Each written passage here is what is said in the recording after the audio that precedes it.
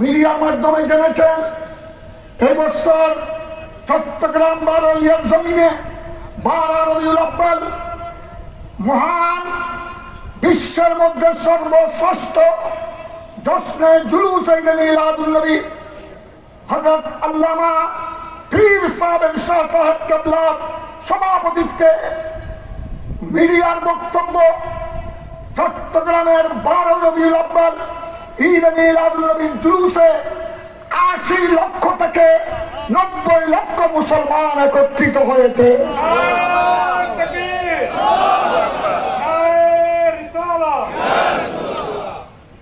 আমরা চট্টগ্রাম বারোলিয়ার জমিনে প্রমাণ করে দিয়েছি, যদি আমরা 12 রবিউল আউয়াল এই বছর 70 থেকে 80 লক্ষ মিডিয়ার বক্তব্য গোড়া চট্টগ্রাম সেদিন জুলুসের ময়দান হয়েছে। যদি চট্টগ্রাম একটা বন্ধন নগরীতে যদি আমরা চট্টগ্রামবাসী আমার নবীর প্রাণে আল্লাহ রসুলের প্রাণে ঈদ মিলাদুন নবীর জুলুসে 70-80 লক্ষ আশিকে রসুল একত্রিত হতে পারে, আমরা কি ঢাকা রাজধানী ঐতিহাসিক সরোয়ার্দী উদ্যানে আমরা কি 50-60 লক্ষ আশিকে রসুলের মিলন মেলা করতে পারি না? সকলের প্রতি উদাত্ত আহ্বান জানায়। সাথে সাথে আপনাদের খেদমতে আরজ করতে চাই, আজ যেভাবে সরোয়ার্দী উদ্যানে আমাদের যেই উলামায়ে কেরাম পীর মাশায়েখরা একত্রিত হয়েছেন, ইনশাআল্লাহ আগামীতেও আমাদের পীর মাশায়েখ দরবারের যারা প্রতিনিধি আপনাদের সাথে আছেন।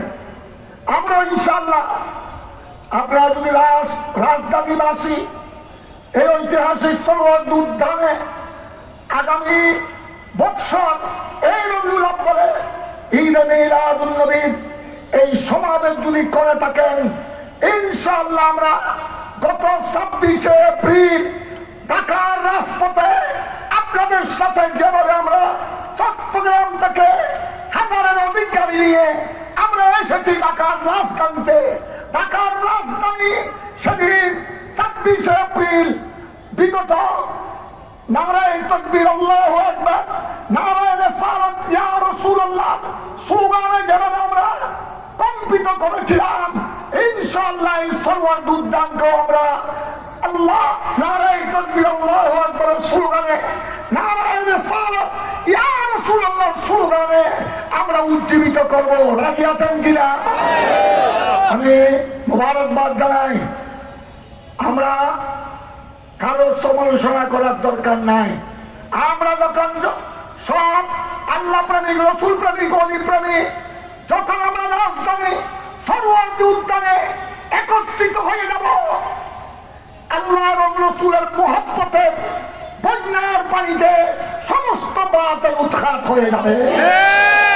সুতরাং সকল আশিকে রসুল, সকল সুন্নি দরবারের পীর মুর্শিদ ভক্ত মুরক্তকে আমি ঐক্যবদ্ধ থাকার জন্য আহ্বান জানাচ্ছি। সাথে সাথে আহ্বান জানাবো বর্তমান অন্তর্বর্তীকালীন সরকারকে মোবারকবাদ জানাই। ওনারা আমাদেরকে অন্তত মাত্র কয়েকদিন আগে হলেও আমাদেরকে অনুমোদন দিয়েছে।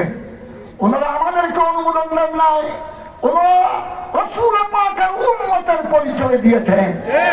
রাসূল পাকের সুপারিশ ছাড়া কবরে হাসরে কিয়ামতের ময়দানে কারো নেজাতের কোনো গ্যারান্টি নাই।